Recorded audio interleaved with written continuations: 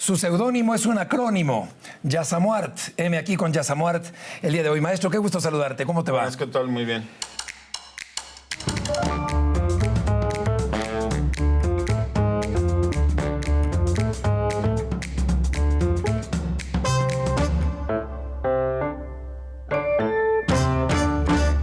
¿Eres como pintas?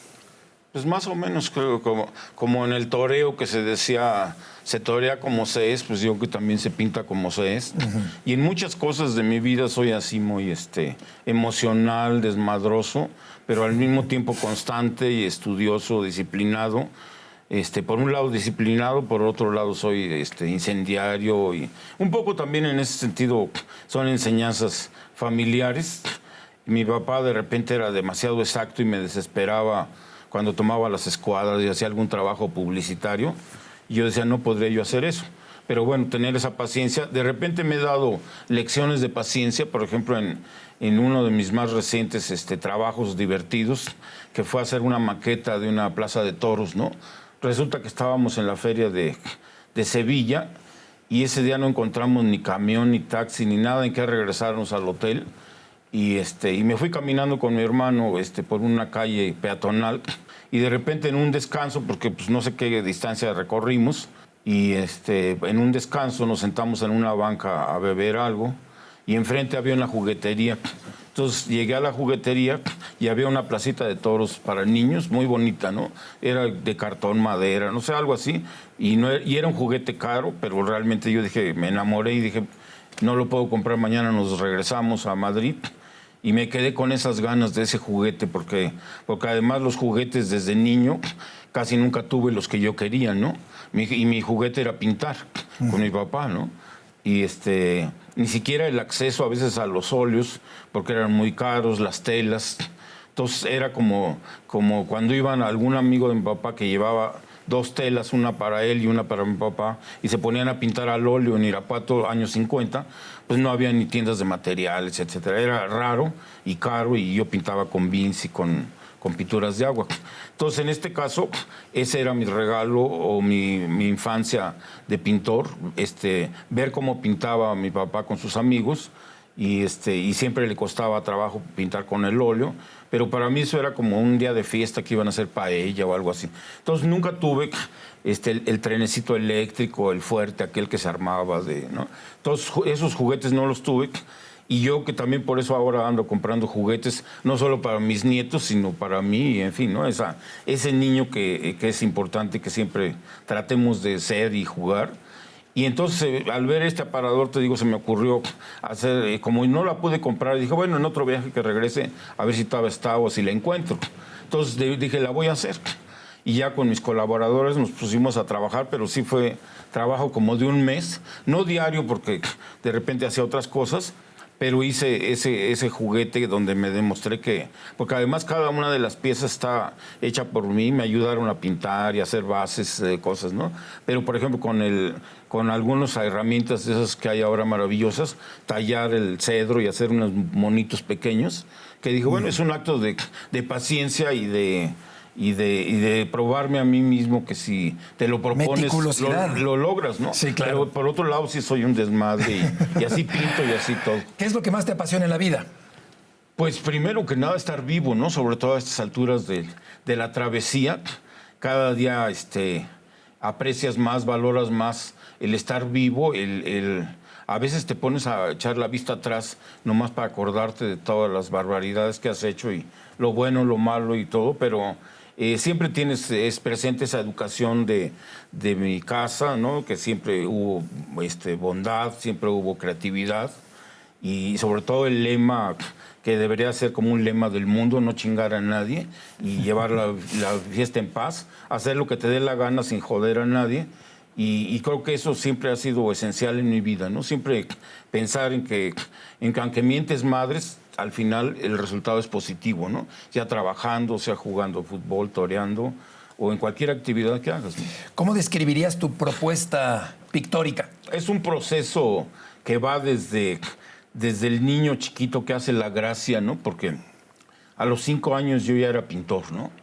Quería ser torero, pero estaba más difícil, entonces fui pintor desde los 5 años que recibí un regalo de Reyes justamente en 1956 en Irapuato, que era un tallercito en miniatura que me regaló mi padre, claro, a nombre de los Reyes, y a mi hermano Samuel y a mí, que somos los dos mayores, y a mí me marcó definitivo, porque a partir de ahí siempre quise mi taller, en donde fuera.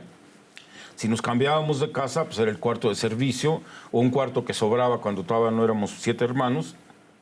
Y si no, dentro de una misma habitación, yo ahí hacía divisiones, de ahí era mi taller y todo el mundo lo respetaba, ¿no? Entonces, en ese sentido, desde ese momento de jugar a ser pintor, a la parte dura de caminar por las calles de México en los años 50, en los 60, y cargar cuadros y no vender nada, y regresar muertos de hambre y encabronados, y mi papá decepcionado y fracasar, hasta que por fin se fue abriendo el panorama. Y entonces toda esa travesía de vida, de trabajo, de pintura, de esfuerzos, en algún momento pues ya afortunadamente en los últimos años ha habido un poco de justicia, ¿no?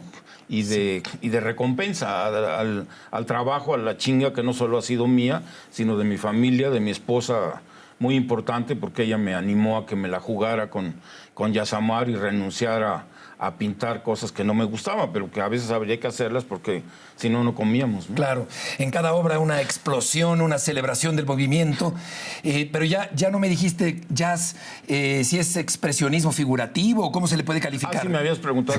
Como soy tan disperso, me voy por otro lado, pero bueno. No, sí, empecé como todos aprendiendo a dibujar, a pintar. Mi primera influencia fuerte fue el impresionismo, ¿no? Fue de los primeros libros que compré y lo primero que quería pintar porque se parecía un poco a mis paisajes. Entonces hacer las famosas calles de París y la manera impresionista y todo.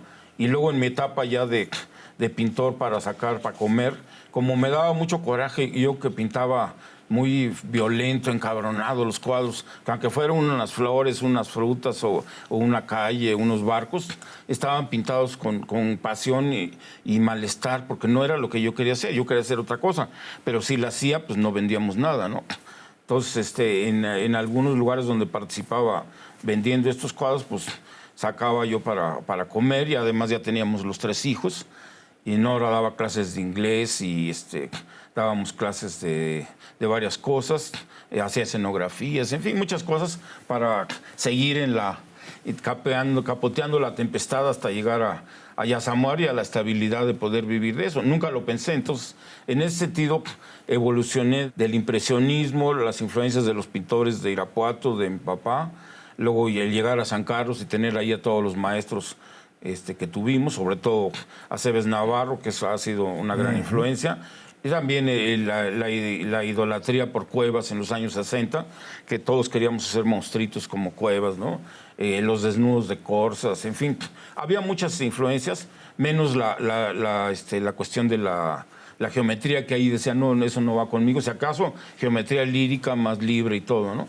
Pero más o menos después de todo ese aprendizaje, descubrí que algún día tenía que encontrar el gran hallazgo que era pintar la música, ¿no?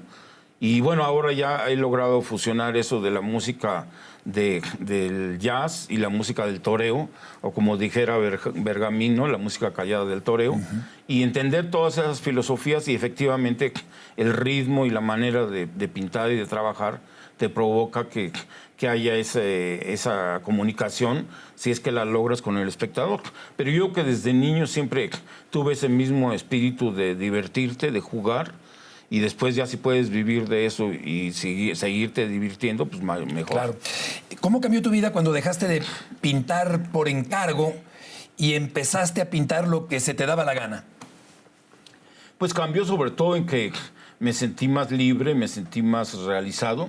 Ahí empecé a fraguar la ideología de decir, en esta vida el verdadero éxito es hacer lo que te dé la gana, ¿no? En el sentido totalmente constructivo, creativo, no que seas un desmadre. Por el libertinaje. No, sino hacer lo que tú quieres. Sí. Quieres ser escritor aunque te mueras de hambre y ahí dejas tus libros para la posteridad, pero a lo mejor sí fuiste un gran escritor, pero nunca viviste de eso, ¿no? Sí. Siempre tuviste otras chambas, como ha sucedido con muchos de los grandes escritores, con algunos toreros que nunca lograron cuajar, con algunos pintores que tampoco, o con algunos que son incomprendidos y nunca tuvieron éxito, ¿no? Entonces yo siempre me basé en esa situación de toda mi vida, de lucha, trabajo, y pensando que algún día podía ser Yasamuar auténtico, sin concesiones, y vivir de eso, ¿no? Te he escuchado decir que solo a fuerza de pintar deja uno de ser un pintor a fuerza. Un pintor a fuerza, sí. ¿Qué quieres decir con esta frase? Bueno, esa se la robé a mi gran paisano y admirado poeta Efraín Huerta. Ah, sí, guanajuatense también, de Silao. Que además, exacto, que además nunca lo pude tratar, ¿no? Porque me hubiera gustado, pero ya cuando se me ocurrió tratarlo ya estaba muy mal. Y lo único que pude hacer fue participar en un homenaje que se hizo en Bellas Artes y pintar unos cocodrilos en homenaje a él. Pero él decía, solo a fuerza de poesía deja uno de ser un poeta a fuerza. Entonces eso se puede llevar a todos, ¿no?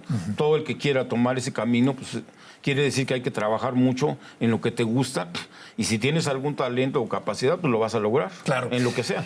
Dijiste, maestro, hace un momento que te hubiera gustado ser torero. ¿Qué te impidió conseguirlo? Bueno, es muy fácil el miedo. Esa es una cosa que me di cuenta luego. Todavía ahora, aunque va a ser una toreada ahí con la Peña 432 tan querida y que hacen su posada y toreamos ahí unos perritos con cuernos, aún esos dan miedo. Porque has visto cómo de repente un personaje de la Peña altísimo y todo le pega una maroma ese perrito con cuernos y que puedes quedarte paralítico, sí, ¿no? Mientras lo puedas seguir haciendo, seguiré matando el gusano del torero que se quedó ahí guardado para transformarlo en pintura, sí, pero ahí sigue el torero, ¿no? Te he visto correr la mano con temple y con gusto y con largueza. Oye, maestro, entre el apogeo de Pancho Flores, aquel legendario genio, sí, de la comarca lagunera, extraordinario pintor taurino, y el apogeo de Yasamuart, median por lo menos 50 años. Sí. ¿Qué tanto ha evolucionado el cartel taurino y la pintura taurina en todo este tiempo? Bueno, pues en ese sentido, más que evolucionar, es como mantener una tradición, ¿no?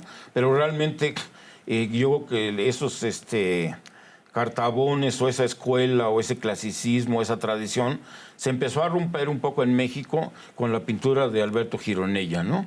Que tenía también mucha cultura española, mucha literatura, y él empezó a hacer cosas diferentes, collages, a poner a Picasso con la Verónica de Picasso, la cuestión erótica y los toros, y muchas cosas que nunca pude disfrutar mucho con él porque no tuve la amistad que quisiera.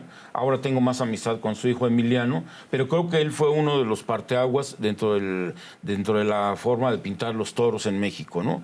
Y luego después pues ya seguimos todos los demás, ¿no? Porque yo así de niño pues desde luego admiraba a Pancho Flores, admiraba a Navarrete, a Ruano Llopis, a Raúl Basó, que había sido también banderillero, y en fin, mucha gente, pero casi todos sí se mantenían en esa cuestión del cartel o la imagen taurina básica, elemental, ¿no? Y entonces el romper eso y hacer faenas pictóricas de otra manera, eso creo que es algo que sí fue muy importante a partir de Gironella. Y yo, por ejemplo, creo que en la actualidad hay muchos pintores españoles, Barceló, este muchacho colombiano, bueno, muy joven todavía, puede dar mucho, Diego, sí, Ramos, ¿no? Sí, que es un extraordinario pintor y gran persona. Y bueno, en México yo, por ejemplo, creo que he hecho cosas diferentes al pensar también en la poesía del toreo, en lo que es la danza del toreo, o como tú lo has dicho, la puesta en escena, que todo se va desarrollando sobre la arena. Espontánea, y no se sabe en qué va a terminar.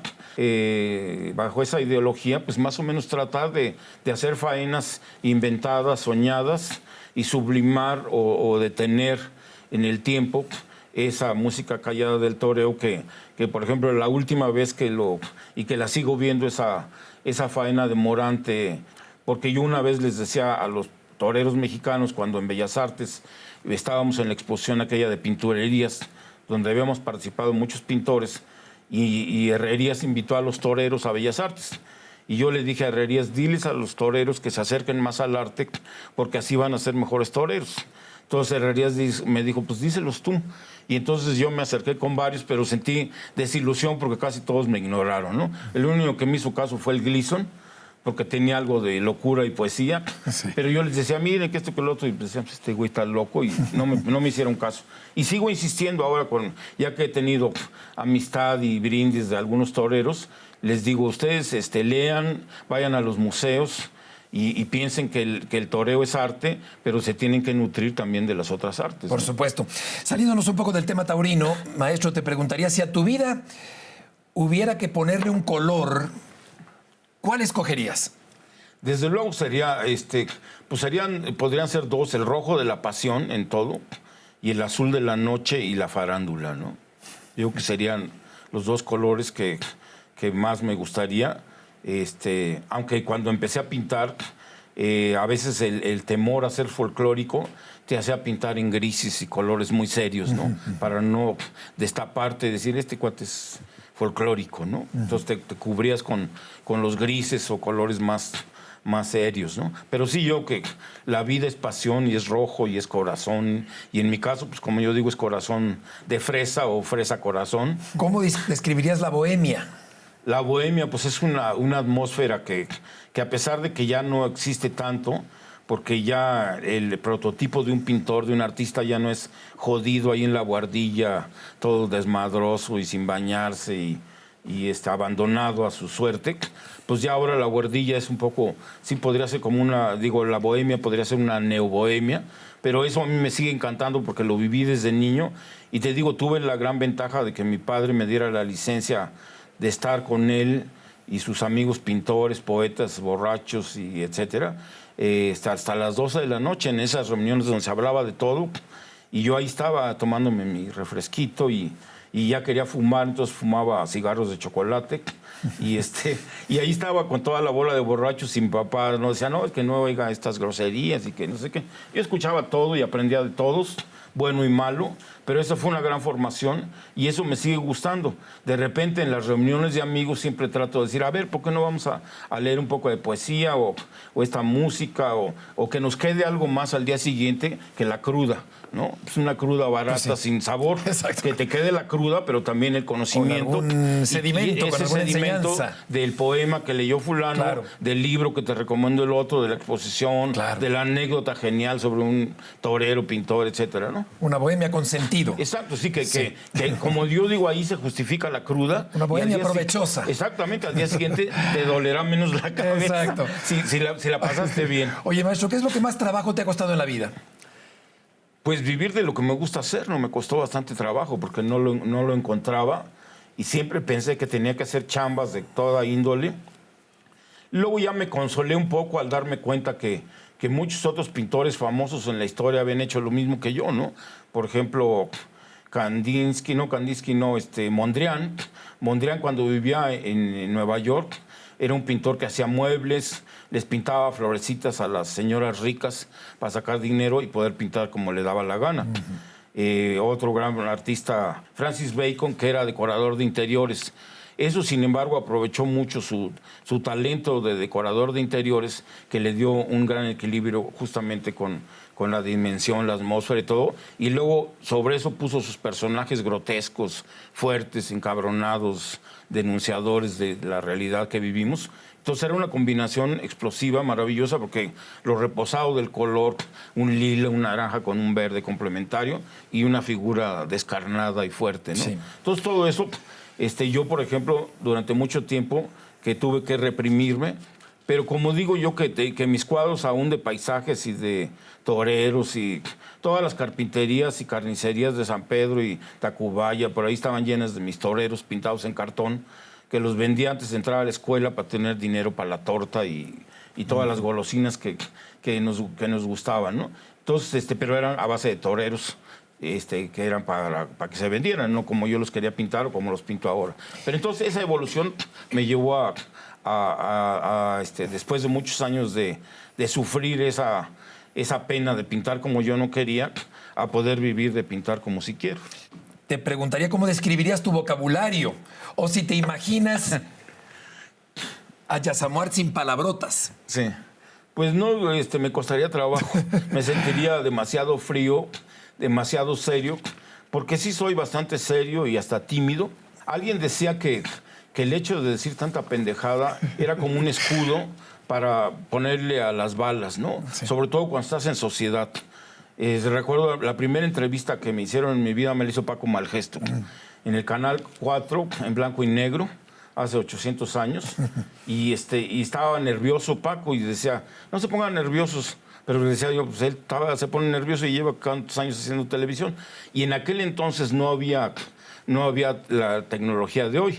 Entonces, si salía algo mal, se tenía que repetir el programa. De manera que esa vez que estábamos ahí, falló el programa y nos dijeron con toda cariño, váyanse a hacer tarugos un rato porque vamos a tardar otras 2 horas en reacomodar todo porque falló no sé qué cosa. Y ya nos fuimos por ahí a dar la vuelta y nos fuimos a la cantina que está allí a la vuelta de este lugar de televisión. Y, y nos metimos a echar unos tragos y ya habíamos ensayado porque ya había dicho yo barbaridades sin copas. Cuando regresamos, pues ya las dije con copas y salieron mejor, ¿no? Claro. Ya me desinhibí un poco. Y así, en mis primeras andanzas en la sociedad cultural importante de México, Cuevas, con el cual tuve una amistad no tan grande como hubiera querido, pero sí había una especie de mutua admiración. Era mi ídolo de juventud. Yo quería ser como él en muchas cosas. Y después, cuando me invitaba a sus comidas de cumpleaños, a veces me tocaban mesas muy difíciles, ¿no? Un día me tocó Jaime Labastida, gran escritor, el gran oaxaqueño que vivió casi 100 años, ¿no? Sí. En fin, estaba yo rodeado de la directora del Museo Tamayo en ese entonces. Ajá, sí, claro. En fin, yo era el pendejo de la mesa, ¿no? Entonces me tuve que tomar 2 tragos para entrar en calor y decir, pues, ¿qué voy a hacer aquí? ¿Qué voy a decir? Claro. Porque tenías que decir algo inteligente para que te pelaran, ¿no? Claro. Hugo Argüelles. Hugo Argüelles, el director de teatro. De hecho, Hugo Argüelles daba clases en la SOGEM. Se estaba botaneando de mí porque estaba enfrente de mí con Cristina Gálvez, que era la única que me conocía, porque ya había participado en exposiciones en el Museo Tamayo. Entonces, de repente, como tengo buen oído de músico, escuché cómo Argüelles le dijo a Cristina Gálvez, ¿quién es este güey, no? Sí. No se le dijo con esas palabras, pero ¿quién es este? Y ya Cristina le dijo, vamos, es un pintor así, asado. Pero cuando le empecé a hacer referencia a Argüelles de sus obras de teatro, ya me lo eché a la bolsa y dijo, no, pues no es tan pendejo. Maestro, nos queda un minuto nada más para preguntarte 2 últimas cosas. ¿Tu pintor mexicano favorito? Bueno, son muchísimos, pero, por ejemplo, mi primer ídolo fue mi papá, desde luego. Después, Antonio González, también de mi pueblo. Luego, después, Cuevas, en mi juventud. Mi maestro, Aceves Navarro, indudablemente. Tamayo y su gran color. Y Diego Rivera, que además de paisano, pues ha sido el pintor mexicano más importante de la historia. Aceves Navarro pintó toros también. También, claro. Sí. Hay una pintura suya que amablemente el maestro me permitió ponerle en la portada de uno de mis libros. Exacto. ¿Y qué sientes al pintar? La última pregunta. Pues bueno, es una emoción, es estar vivo, pintando a veces con cierta alegría, a veces encabronado, a veces dubitativo, pero siempre pintando. Si no pinto me pongo de malas. Solo hay 2 cosas que me ponen de malas de una manera extrema: el hambre y no poder pintar. Entonces siempre, para mí no hay vacaciones en el sentido tradicional de las vacaciones. Siempre llevo material para trabajar donde sea. Trabajo en los taxis, en los aviones, en donde se pueda. Y los hoteles de cualquier parte del mundo se convierten en talleres. Y siempre estoy pintando. Y además, como digo, a veces en plan de burla conmigo mismo, voy al taller a trabajar para que me dé hambre, ¿no? Maestro, muchas gracias por estar aquí. Gracias a ustedes. Qué gusto verte. Heme aquí con Yasamuart.